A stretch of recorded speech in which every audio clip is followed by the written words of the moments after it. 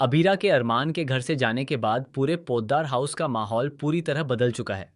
जिस घर में कभी हर फैसले से पहले परिवार की राय ली जाती थी, वहीं अब हर कोई एक दूसरे से नजरें चुराता हुआ दिखाई दे रहा है। सबसे ज्यादा हैरान करने वाली बात यह है कि पहली बार दादी सा ऐसा फैसला लेने वाली हैं जिसकी किसी ने कभी कल्पना तक नहीं की थी। हमेशा परिवार को एकजुट रखने वाली दादी सा अब खुद अपने ही घर के एक सदस्य के खिलाफ खड़ी हो जाती हैं। जैसे ही उन्हें कृष की सच्चाई का पता चलता है, उनका गुस्सा सातवें आसमान पर पहुंच जाता है। बिना एक पल की भी देरी किए वह सबके सामने कृष को जोरदार फटकार लगाती हैं।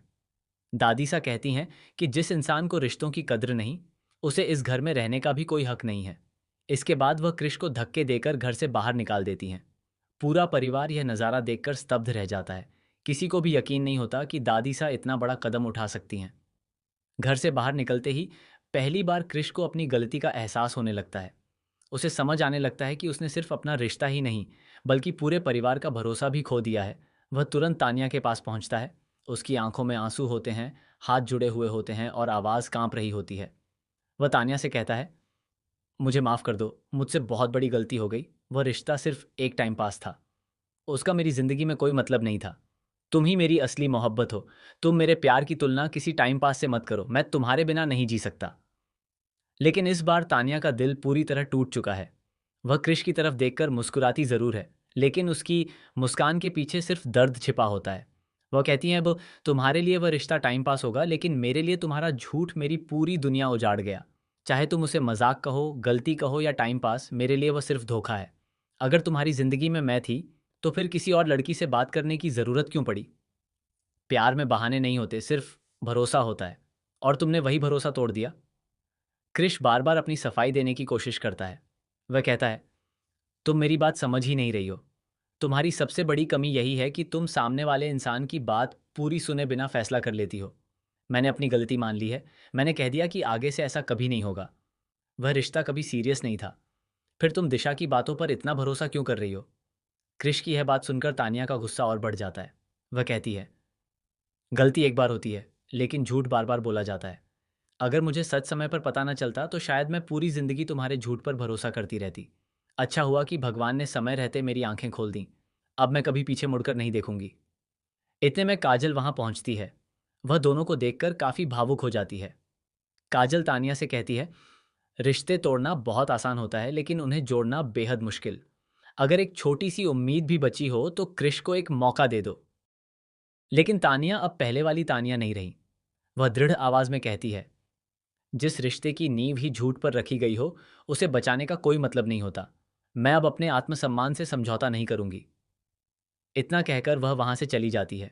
क्रिश उसे जाते हुए सिर्फ बेबस नजरों से देखता रह जाता है। दूसरी तरफ अभीरा घर लौटती है। पूरे घर का माहौल देखकर वह समझ जाती है कि अब हालात पहले जैसे नहीं रहे। वह सीधे क्रिश के सामने जाकर कहती है, देखो, अगर तुम दोनों ने अलग होने का फैसला कर लिया है तो इसे और मुश्किल मत बनाओ। आपसी सहमति से तलाक दे दो और अपनी अपनी जिंदगी में आगे बढ़ जाओ। लेकिन क्रिश साफ इनकार कर देता है। वह कहता है, मैं तानिया को कभी तलाक नहीं दूंगा। चाहे पूरी दुनिया मेरे खिलाफ हो जाए, लेकिन मैं उसे अपने से अलग नहीं होने दूंगा। तभी संजय सबके सामने आता है और कहता है, अगर मामला कोर्ट तक जाएगा तो क्रिश की तरफ से यह केस मैं लड़ूंगा। मैं किसी भी कीमत पर उसे हारने नहीं दूंगा। संजय की यह बात सुनकर पूरे परिवार में हलचल मच जाती है।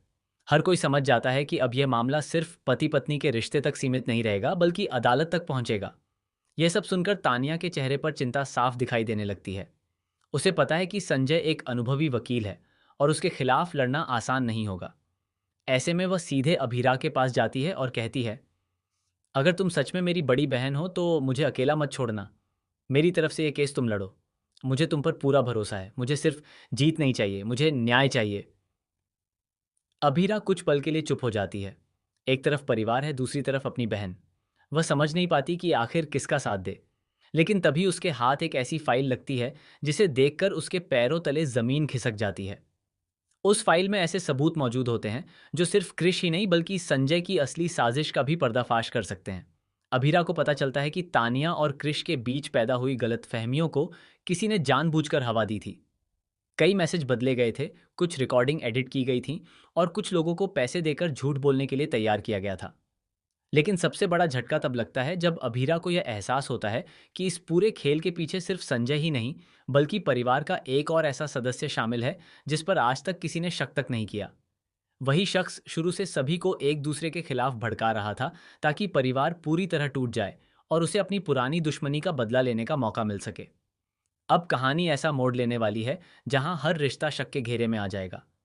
क्या अभीरा समय रहते पूरी सच्चाई सबके सामने ला पाएगी? क्या तानिया को इंसाफ मिलेगा? क्या क्रिश सच में अपनी गलती सुधार पाएगा, या फिर उसकी जिंदगी हमेशा के लिए बिखर जाएगी?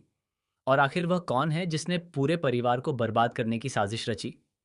इन सभी सवालों के जवाब आने वाले एपिसोड में मिलने वाले हैं, जहां हर खुलासा पिछले खुलासे से भी ज्यादा चौंकाने वाला होगा। इसलिए अगर आप इस कहानी का एक भी बड़ा ट्विस्ट मिस नहीं करना चाहते, तो जुड़े रहिए, क्योंकि आगे जो होने वाला है वह पूरे परिवार की किस्मत हमेशा के लिए बदल देगा। मोर अपडेट्स के लिए चैनल को सब्सक्राइब करें, वीडियो को लाइक करें और ऐसी ही लेटेस्ट अपडेट्स के लिए हमारे साथ जुड़े रहें। धन्यवाद।